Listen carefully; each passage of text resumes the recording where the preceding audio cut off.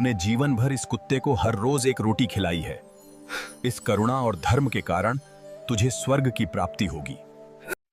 दोस्तों, अगर आपने कभी अपने जीवन में केवल एक बार ही कुत्ते को रोटी खिलाई है तो आप नहीं जानते कि आपने कितना बड़ा पुण्य का काम किया है। इससे आपको जो फल मिला है जानकर आप भी हैरान हो जाएंगे।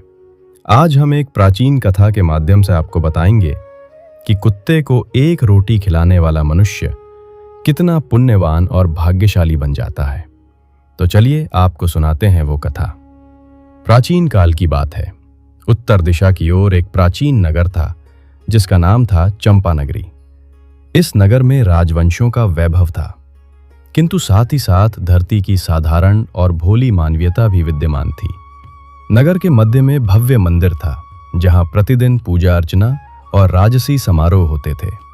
वहीं नगर के बाहर कई साधु संतों के आश्रम भी थे जहां सत्संग होता और वेद पुराणों का निरंतर पाठ चलता रहता था। चंपा नगरी में धर्म और अधर्म के कई रूप देखे जा सकते थे।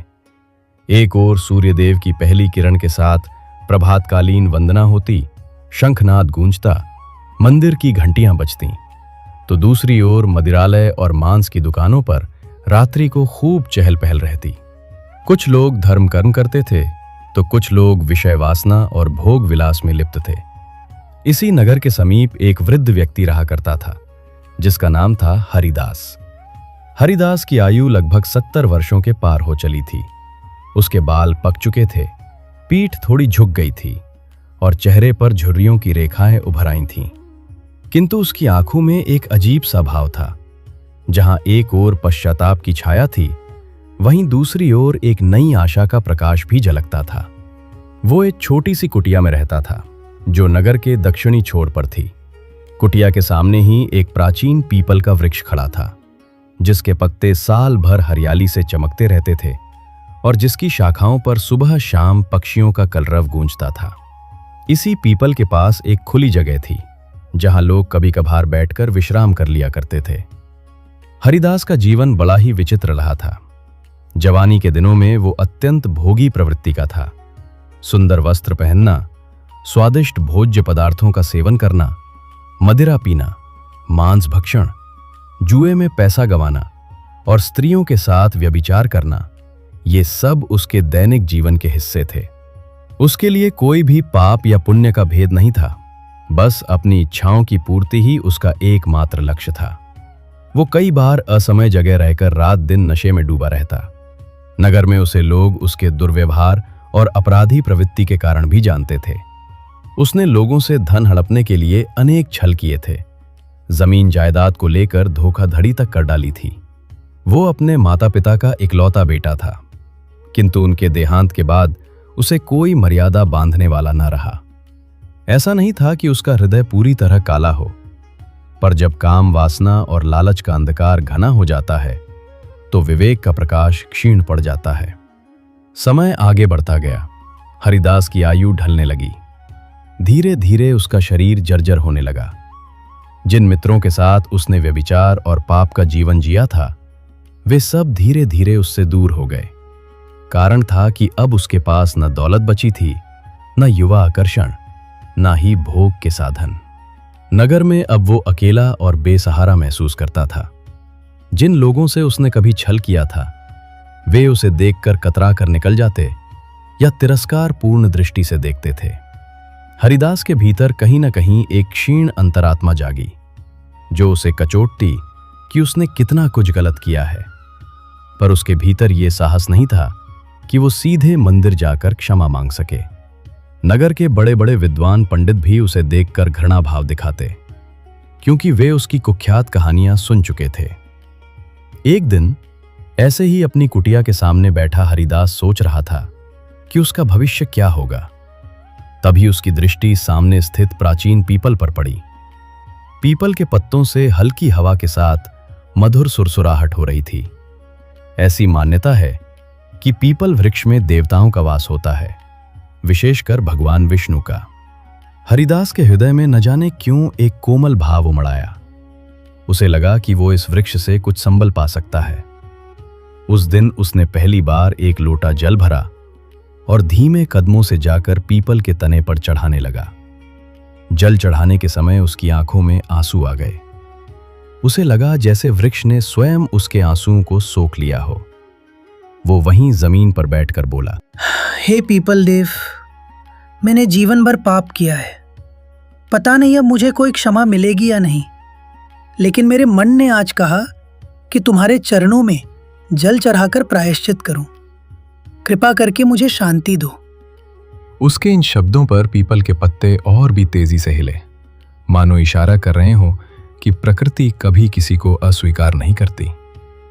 उस दिन के बाद से हरिदास ने नियम बना लिया कि वो रोज सुबह उठकर स्नान करके पीपल को जल अर्पित करेगा। किसी बड़े कर्मकांड की उसे समझ नहीं थी, बस इतना जान गया था कि ये वृक्ष उसके अंतर मन को सुकून देता है। जैसे जैसे दिन बीतते गए, हरिदास को पीपल के पास बैठकर कुछ पल व्यतीत करना अच्छा लगने लगा। उसकी आत्मा को एक हल्केपन का अनुभव होने लगा, मानो उसके पाप ताप कुछ कम हो रहे हों। कुछ समय बाद एक और घटना घटी। एक वृद्ध गाय, जो शायद अपने गलत मालिकों द्वारा परित्यक्त कर दी गई थी, इधर उधर भटकते हुए हरिदास की कुटिया के सामने आ गई। वो गाय अत्यंत दुर्बल थी, उसकी आंखों में करुणा भरी थी, शरीर पर असंख्य मक्खियां भिनभिना रही थीं और वो जमीन पर गिरने ही वाली थी। हरिदास ने जैसे ही उसे देखा, उसके हृदय में दया जाग उठी। आज से कुछ वर्ष पहले होता तो शायद हरिदास उसे दुत्कार देता या भगा देता, किंतु अब उसकी अंतरात्मा बदल रही थी।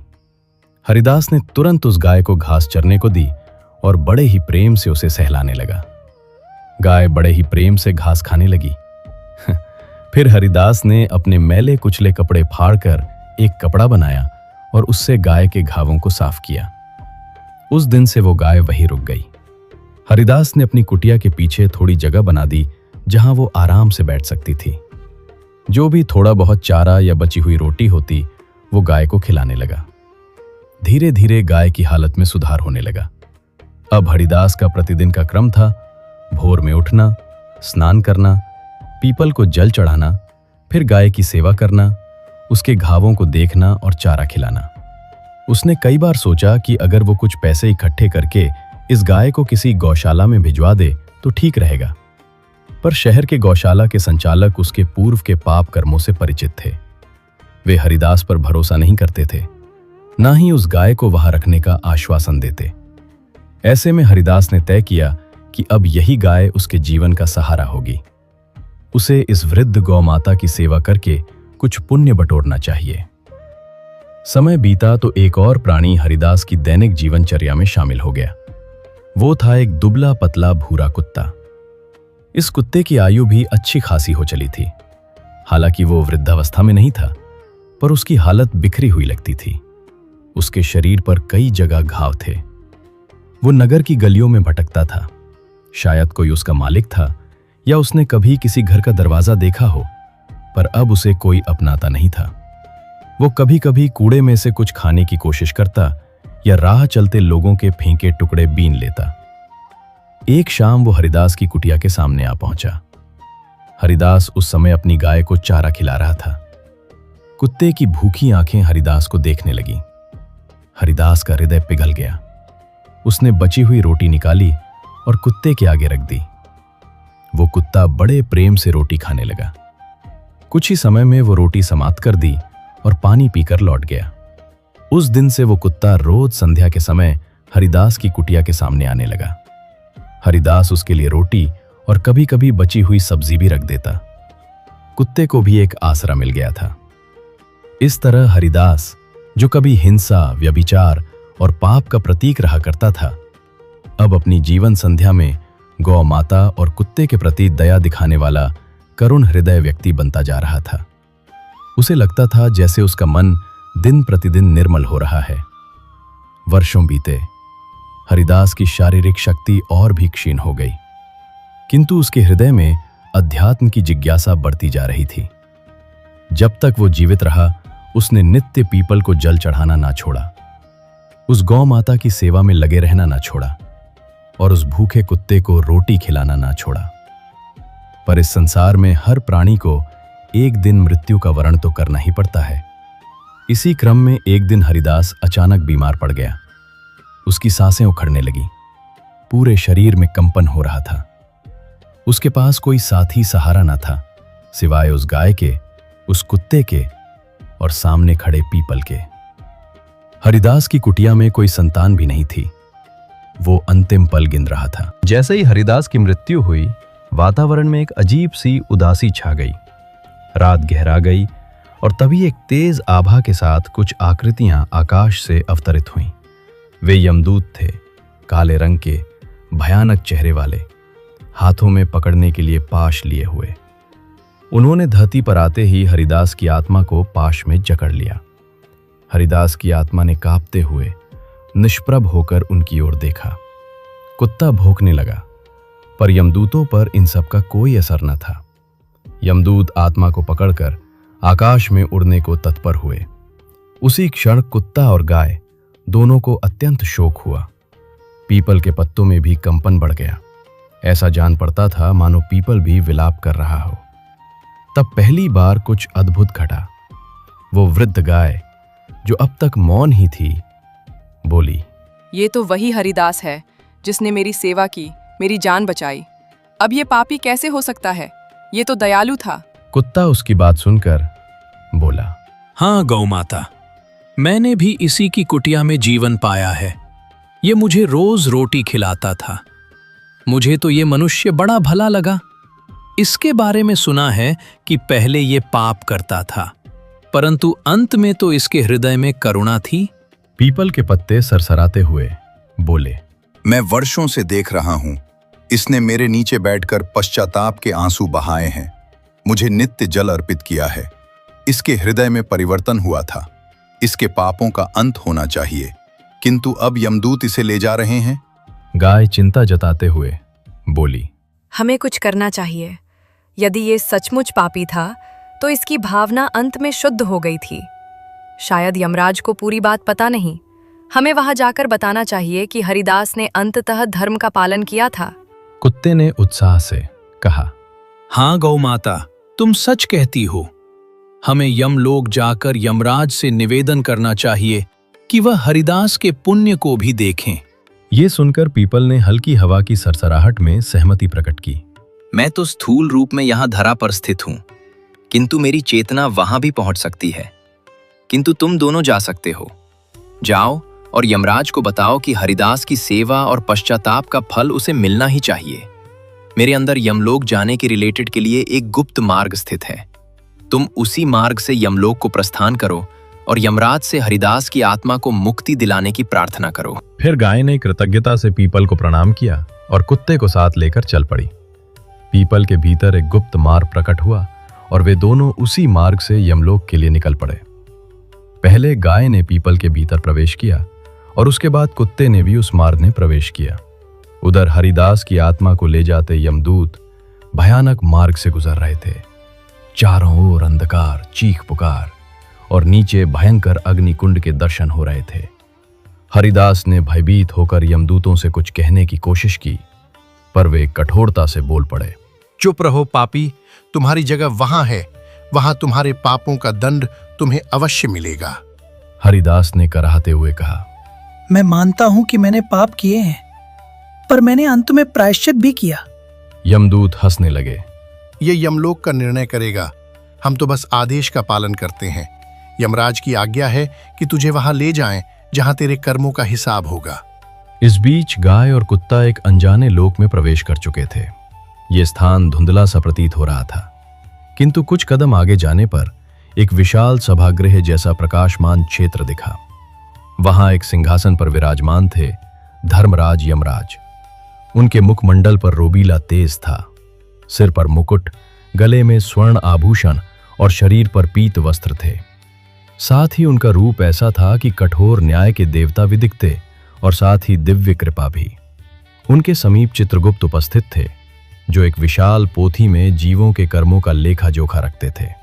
कुछ ही क्षणों में यमदूत हरिदास की आत्मा को वहां लाकर उपस्थित कर देते हैं। हरिदास घबराता हुआ देखता है कि उसके चारों ओर कई और आत्माएं खड़ी हैं जो अपना न्याय सुन रही हैं। वो अपने पापों को स्मरण कर कांप उठता है। तभी यमराज गंभीर स्वर में कहते हैं, हरिदास, तुम्हें मालूम है कि क्यों लाया गया है तुम्हें यहाँ? हरिदास हाथ जोड़कर खड़ा होता है। हे यमराज, मैं जानता हूं कि मैंने जीवन में बहुत से पाप किए हैं। मैंने व्यभिचार किया, धोखाधड़ी की, मांसाहार और मदिरापान में लिप्त रहा और अनगिनत लोगों को कष्ट पहुंचाया। मुझे डर है कि अब आप मुझे किसी भयानक नरक में भेजेंगे। यमराज ने अपनी भ्रिकुटी तानी। चित्रगुप्त, इसका पूरा लेखा पढ़कर सुनाओ। चित्रगुप्त एक मोटी पोथी में देखते हैं और बोलना आरंभ करते हैं। हरिदास पुत्र स्वर्गीय दामोदर का, निवासी चंपा नगरी। इसने जवानी में अनेक अपराध किए। पहला अपराध, गर्भवती स्त्री से दुर्व्यवहार, जिससे उसे काफी पीड़ा पहुंची। दूसरा अपराध, जुए में बार बार धन गवाकर दूसरों को ठगना। तीसरा अपराध, मांसाहार और मदिरा सेवन में लिप्त रहना। चौथा अपराध, कई मासूम नारियों को छलपूर्वक संसर्ग हेतु मजबूर करना। पांचवा अपराध, नगर के निर्दोष व्यापारियों को धमकी देकर धन ऐंठना। चित्रगुप्त के मुख से एक एक करके बहुत से पापों की सूची प्रस्फुटित होती है। हरिदास सुनकर शर्मिंदा होता जाता है। वो अपना सिर झुकाए हुए सोच रहा था कि उसका अंत तो अब निश्चित ही नरक में है। यमराज, जिनका स्वर कठोर था, बोले, हरिदास, तेरी सजाएं निश्चित हैं। तुम्हारी आत्मा को पहले रक्त कुंड नरक में डाला जाएगा, फिर तप्त तेल के कड़ाह में, और उसके उपरांत कीलदार पर्वत पर चलने की यातना भोगनी होगी, ताकि तुम्हारे पापों का क्षय हो सके। ये सुनकर हरिदास रो पड़ा।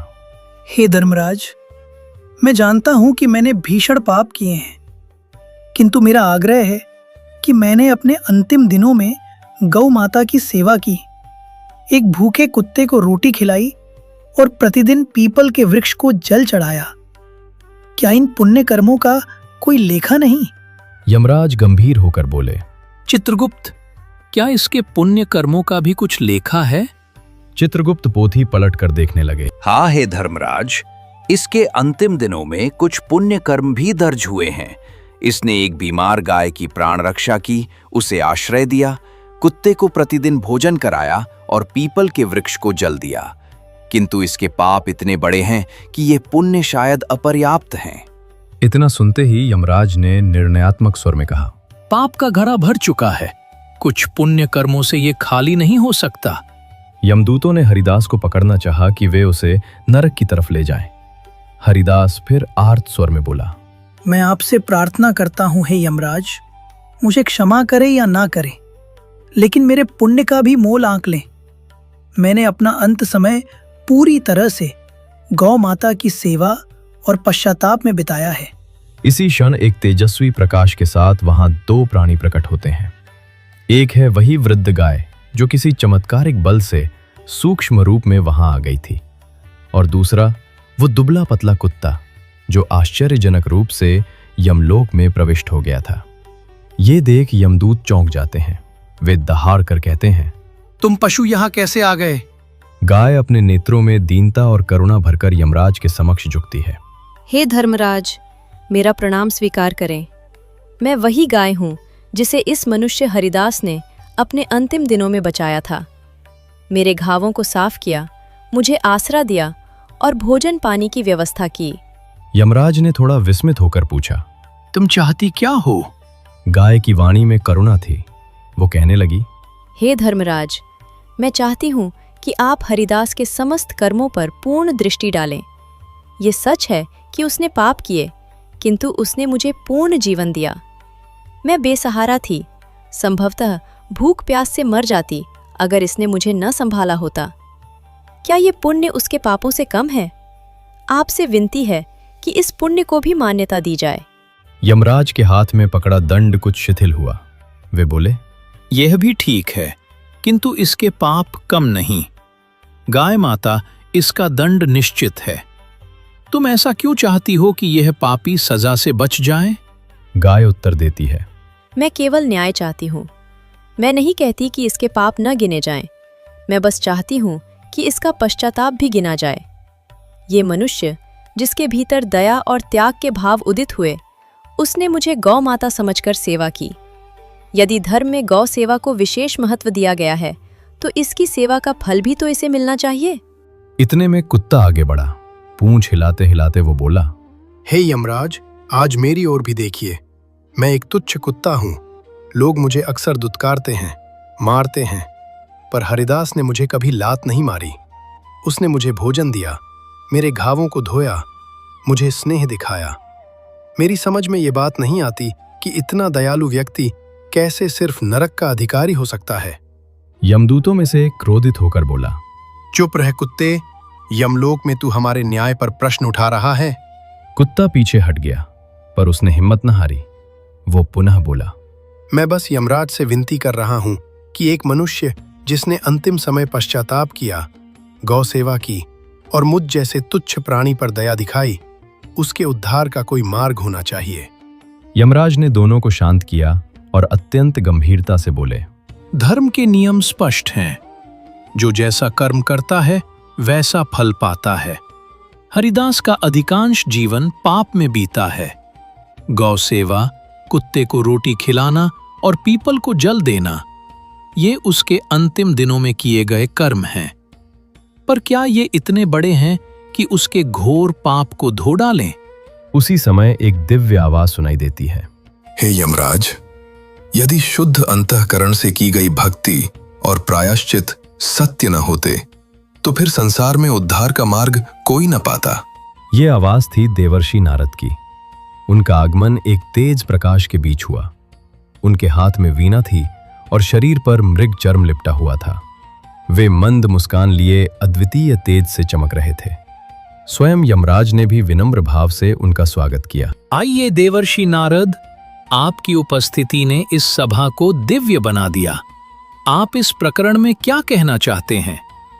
नारद जी ने वीणा के तार को एक कोमल स्पर्श दिया और बोले, हे धर्मराज, आपके न्याय पर हम सभी को विश्वास है, किंतु धर्म का अर्थ केवल कठोर दंड नहीं, बल्कि वह प्रेम व करुणा भी है, जो प्रायश्चित करने वाले प्राणी को उद्धार का मार्ग दिखाती है। हरिदास ने जीवन भर पाप किए, यह सत्य है, किंतु अंतिम अवस्था में उसने हृदय परिवर्तन किया। उसने रोज पीपल को जल चढ़ाया। आपको विदित ही है कि श्री हरि विष्णु का वास पीपल में माना जाता है। पीपल की नित्य सेवा करना हरिदास के भीतर निस्वार्थ भक्ति का जागरण था। यमराज ने गंभीर मुद्रा में पूछा, देवर्षि, लेकिन क्या कुछ वर्षों की सेवा कई दशकों के पाप को मिटा सकती है? नारद जी ने समझाते हुए कहा, पाप और पुण्य का माप करना सरल नहीं। हाँ, कर्मों का फल अवश्य मिलता है, परंतु यदि कोई मनुष्य सच्चे हृदय से पश्चाताप करके भगवान या धर्म का आश्रय लेता है तो उसे अवश्य ही मोक्ष या उद्धार की राह मिलती है।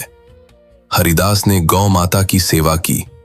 गौ सेवा का बड़ा महत्व है, क्योंकि गाय में सभी देवी देवताओं का वास माना गया है। उसने एक भूखे परित्यक्त कुत्ते को भोजन दिया, जो दया का प्रतीक है, और उसने पीपल को जल चढ़ाकर ईश्वर का स्मरण किया। इन सब कर्मों में उसका अंतर्मन शुद्ध था, पश्चाताप से परिपूर्ण था। इसलिए ये साधारण कर्म नहीं रहे, ये तो ऐसे पुण्य हैं जिनमें पूर्ण समर्पण झलकता है। यमराज कुछ सोच में डूबे हुए प्रतीत हुए। वे बोले, देवर्षि नारद, आपकी बातों का मैं सम्मान करता हूं, परंतु धर्म का पालन मेरी स्वाभाविक जिम्मेदारी है। यदि ऐसे ही सब पापियों को क्षमा कर दूं, तो संसार में अधर्म फैल जाएगा। नारद जी ने उत्तर दिया, हे यमराज, क्षमा और दया भी धर्म का ही अंग है। यदि कोई प्राणी अंत तक पाप में लिप्त रहता तो उसे क्षमा न मिलती, पर यहां तो बात प्रायश्चित की है, जो यह हृदय से कर चुका है। जैसे लौह अयस्क भी अग्नि की भट्टी में पिघलकर नया रूप ले लेता है, वैसे ही पापी प्राणी भी प्रायश्चित की ज्वाला में तपकर अपनी आत्मा को शुद्ध कर सकता है। इतना ही नहीं, इसने पीपल वंदना के माध्यम से प्रभु का आशीर्वाद भी पाया है। क्या आप इसे पूर्ण रूप से अनदेखा कर सकते हैं? यमराज कुछ नरम पड़े। उन्होंने चित्रगुप्त की ओर देखा। चित्रगुप्त, हरिदास के पाप कितने भारी हैं और पुण्य कितने? चित्रगुप्त बोले, हे धर्मराज, पाप भारी हैं, किंतु अंत के पुण्य कर्म भी अत्यंत प्रभावशाली हैं, क्योंकि ये सेवा और श्रद्धा से पूर्ण हैं। इसके पाप वास्तव में घोर हैं, किंतु इसका अंतिम कालीन प्रायश्चित गौ सेवा, कुत्ते की सेवा तथा पीपल आराधना, ये सब बहुत ही शुभ कर्म हैं। हमें ये भी स्मरण रखना चाहिए कि गौ माता को आश्रय देकर इसने परोपकार किया है, जिसके पुण्य से कई जन्मों के पाप भी धुल जाते हैं। साथ ही पीपल को जल चढ़ाना भगवान के निकट का मार्ग माना गया है। संभवतः इसके हृदय में जो भक्ति जागी वह निष्कपट थी, अतः इसके पापों को आंशिक रूप से ही सही लेकिन नष्ट करना उचित होगा। यमराज ने धीरे से दाढ़ी सहलाते हुए कहा, देवर्षि नारद, आपकी बातों और चित्रगुप्त के विश्लेषण से मैं भी सोचने पर विवश हूं। मुझे याद है, हमारे शास्त्रों में कहा गया है कि यदि कोई मनुष्य अंत समय में ईश्वर का सच्चे हृदय से स्मरण करता है और कुछ सेवा के कार्य करता है, तो उसे ईश्वर का अनुग्रह अवश्य प्राप्त होता है। इतना सुनकर गौमाता ने आगे आकर प्रार्थना की, हे धर्मराज, यदि आप इसे कोई भयंकर सजा देते हैं तो मुझे भी उस सजा में भागीदार बना लें, क्योंकि इसने मेरे लिए जो किया वह अविस्मरणीय है। एक समय था जब मैं व्याकुल होकर मरने वाली थी, पर इसने मुझे सहारा दिया। कुत्ते ने भी एक कातर स्वर में कहा, मैंने भी जीवन में बहुत दुर्व्यवहार देखा, किंतु हरिदास ने मुझे प्रेम दिया, अन्न दिया। मैं भी इसके साथ नरक चला जाऊंगा, लेकिन आपसे प्रार्थना है कि इसे पूरा नरक भोगना न पड़े। यमराज ने इन पशुओं का निष्कपट प्रेम और भक्ति भावना देखी तो उनका हृदय पसीज गया। उन्होंने अपने दंड को नीचे रखा और घोषणा की, हरिदास, तुम्हारे पाप बड़े हैं, परंतु तुम्हारे अंतिम जीवन में किए गए पुण्य कर्मों का भी मूल्य है। गौ माता की सेवा, कुत्ते को भोजन देना और सर्वाधिक महत्वपूर्ण पीपल को नित्य जल चढ़ाना और उसकी पूजा करना, ये सब कर्म तुम्हारे अंतर्मन की शुद्धि का प्रमाण है। अतः मैं तुम्हें नरक न भेजकर स्वर्ग में स्थान देता हूं, जहां तुम अपनी आत्मा को और शुद्ध कर सकते हो। यह सुनकर गाय और कुत्ता आनंदित हो गए। गौ माता ने हर्ष से सिर ऊंचा उठाया और कुत्ते ने खुशी में दुम हिलाई। हरिदास की आंखों से आंसू बह निकले। वह यमराज को प्रणाम करता हुआ बोला, हे धर्मराज, आपका अनुग्रह असीम है। मैं आपका बहुत आभारी हूं। मैं वचन देता हूं कि आगे भी किसी भी जन्म में कभी पाप की राह न लूंगा। यमराज ने कहा, तुम्हारे भावों की परीक्षा हो चुकी है। जाओ, स्वर्ग के द्वार पर तुम्हारे लिए मार्ग खुला हुआ है। उसी समय देवर्षि नारद ने मधुर वीणा के स्वर छेड़ दिए, मानो ईश्वर की महिमा गाई जा रही थी। उन्होंने मुस्कान के साथ कहा, जो भी अंत समय में निस्वार्थ भाव से प्रभु का स्मरण करता है, प्रकृति एवं प्राणियों की सेवा करता है, वो निश्चित ही प्रभु के पास जाता है। उधर गाय और कुत्ता भी आत्मिक रूप से प्रसन्न थे। गौ माता बोली, हे कुत्ते, तुम देखो, धर्मराज ने हमारे वचन सुने और हरिदास को मुक्त कर दिया। यह उसी न्याय का प्रमाण है जिसे संसार में सर्वोच्च माना जाता है। कुत्ते ने सहमति में सिर हिलाया। हाँ गौ माता, मैं भी अत्यंत खुश हूं कि हमने सच्चे हृदय से जो सत्य कहा उसे यमराज ने माना। हरिदास ने हमारी सेवा की थी, हमें बचाया था। हमारा कर्तव्य था कि हम उसकी सच्चाई प्रकट करें। तभी यमराज ने उन दोनों को देखकर कहा, हे गौ माता, हे कुत्ते, तुम दोनों ने आज एक उत्तम उदाहरण प्रस्तुत किया है। जिसने तुम्हारी सेवा की, तुमने उसके लिए सत्य का पक्ष लिया। तुम दोनों भी अब अपनी यात्रा पूर्ण कर सकते हो। गौ माता, तुम्हारी इच्छा हो तो तुम धरती पर लौटकर अपनी जीवन लीला पूरी करो, या फिर मुझे अनुमति दो कि मैं तुम्हें भी स्वर्ग में स्थान प्रदान करूं। गाय ने विनम्रता से कहा, हे यमराज, मैं अब भी धरती पर अनेक कष्ट झेल रहे गौवंश के लिए प्रेरणा बनना चाहती हूँ। मैंने इस मनुष्य से जो प्रेम पाया उसे औरों तक पहुँचाना चाहती हूँ, इसलिए मैं वापस धरती पर जाना चाहती हूँ। कुत्ते को देखकर यमराज बोले, और तुम कुत्ते, क्या चाहते हो? कुत्ते ने दीनता से कहा। हे धर्मराज, मैं भी धरती पर रहकर मनुष्य को याद दिलाना चाहता हूं कि यदि वे दया दिखाएं तो बदले में उन्हें सच्ची मित्रता मिल सकती है। हरिदास ने मुझे रोटी खिलाकर इस सत्य को स्थापित किया कि मनुष्य अपने पापों को भी पिघला सकता है अगर उसके भीतर प्रेम जाग जाए। मैं धरती पर लौटना चाहता हूं। इस प्रकार हरिदास की आत्मा को स्वर्ग का मार्ग मिल गया। गाय और कुत्ता वापस धरती पर लौट गए और वहां उनका सूक्ष्म रूप हरिदास की कुटिया के पास प्रकट हुआ। इधर पीपल ने भी अपने पत्तों की सरसराहट से संतोष जताया। उसे लगा मानो उसकी दैनिक जल सिंचाई व्यर्थ नहीं गई।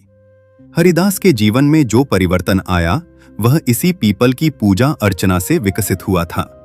धरती पर लोगों ने देखा कि हरिदास की मृत्यु के दूसरे दिन उसकी लाश कुटिया में पड़ी थी।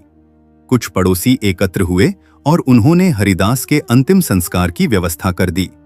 यद्यपि हरिदास के प्रति लोगों के मन में बहुत सम्मान नहीं था, क्योंकि वे उसके पुराने पापों से परिचित थे।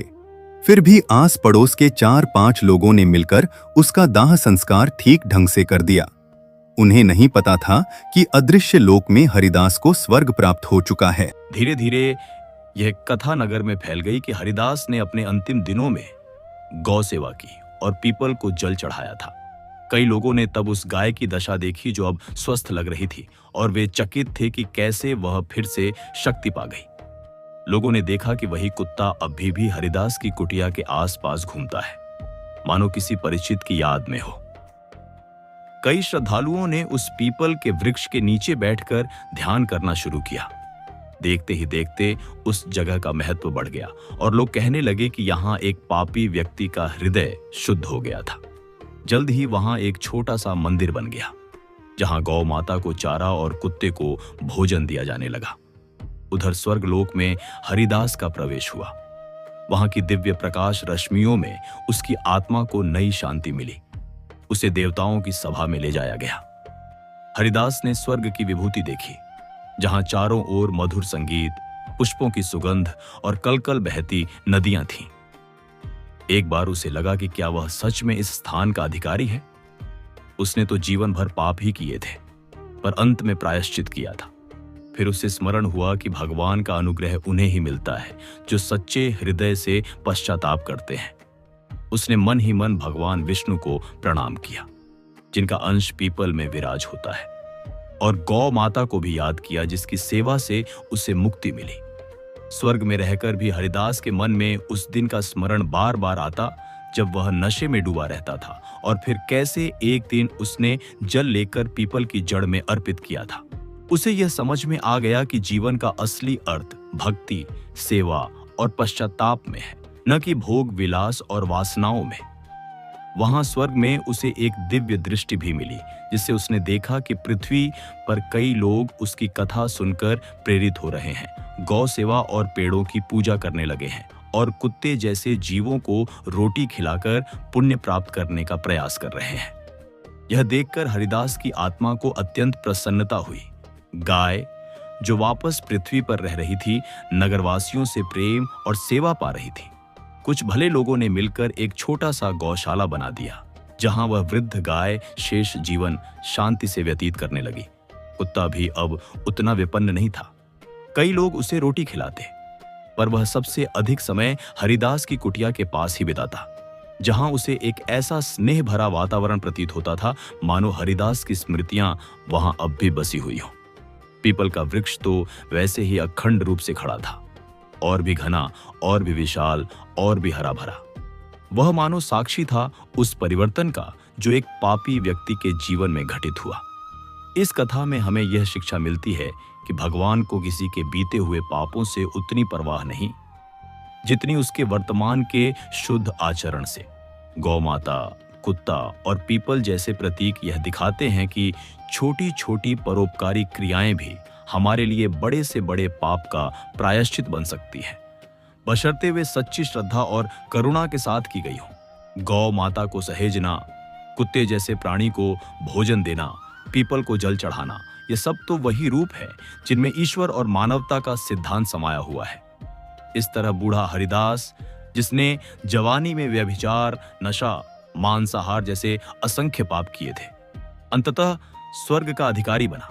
उसका उदाहरण समस्त मनुष्यों के लिए प्रेरणा बन गया कि भले ही हम जीवन के किसी मोड़ पर कितने भी गिर जाएं, फिर भी यदि अंतिम क्षण तक हमारे भीतर सुधार का संकल्प जागे और हम उसे निष्कपट भाव से पूरा करें, तो ईश्वर की कृपा अवश्य मिलती है। इस प्रकार यह दिव्य कथा यहाँ समाप्त तो होती है, किंतु इसका संदेश अनंत है। ये बताती है कि धर्मराज का न्याय कठोर अवश्य है, मगर प्रेम से, सेवा से, पश्चाताप से और ईश्वर भक्ति से बड़े बड़े पाप भी धुल जाते हैं। गौ माता, कुत्ता और पीपल, ये तीनों भगवान की रचनाओं के ऐसे रूप हैं जिनके माध्यम से मनुष्य अपने भीतर की करुणा जागृत कर सकता है। कोई भी मनुष्य इतना अधम नहीं कि वह ईश्वर की कृपा से वंचित रह जाए, बशर्ते वह स्वयं को बदलने का प्रयास करे। अतः जो लोग इस कथा को सुने, वे भी अपने जीवन में कुछ न कुछ पुण्य के कार्य करें। किसी भूखे प्राणी को भोजन दें, किसी माता की सेवा करें, किसी पेड़ की रक्षा करें। जब हृदय में प्रेम प्रकट होता है तो पाप दूर भागते हैं और आत्मा पर पड़े कलुष के बादल छंटने लगते हैं। यही इस पुरातन कथा का सार है। पाप का भार बहुत बड़ा हो सकता है, पर परमात्मा की करुणा उससे भी बड़ी है। यदि अंत तक भी मनुष्य ने सच्चा हृदय पा लिया, तो स्वर्ग के द्वार उसके लिए खुल सकते हैं। यही संदेश लेकर यह प्राचीन कथा युगों युगों तक जीवित रहेगी। तो दोस्तों, उम्मीद है आपको यह कथा पसंद आई होगी। वीडियो को लाइक जरूर करें और कमेंट में जय श्री हरि विष्णु अवश्य लिखें। साथ ही चैनल को सब्सक्राइब करें। आप सभी का धन्यवाद।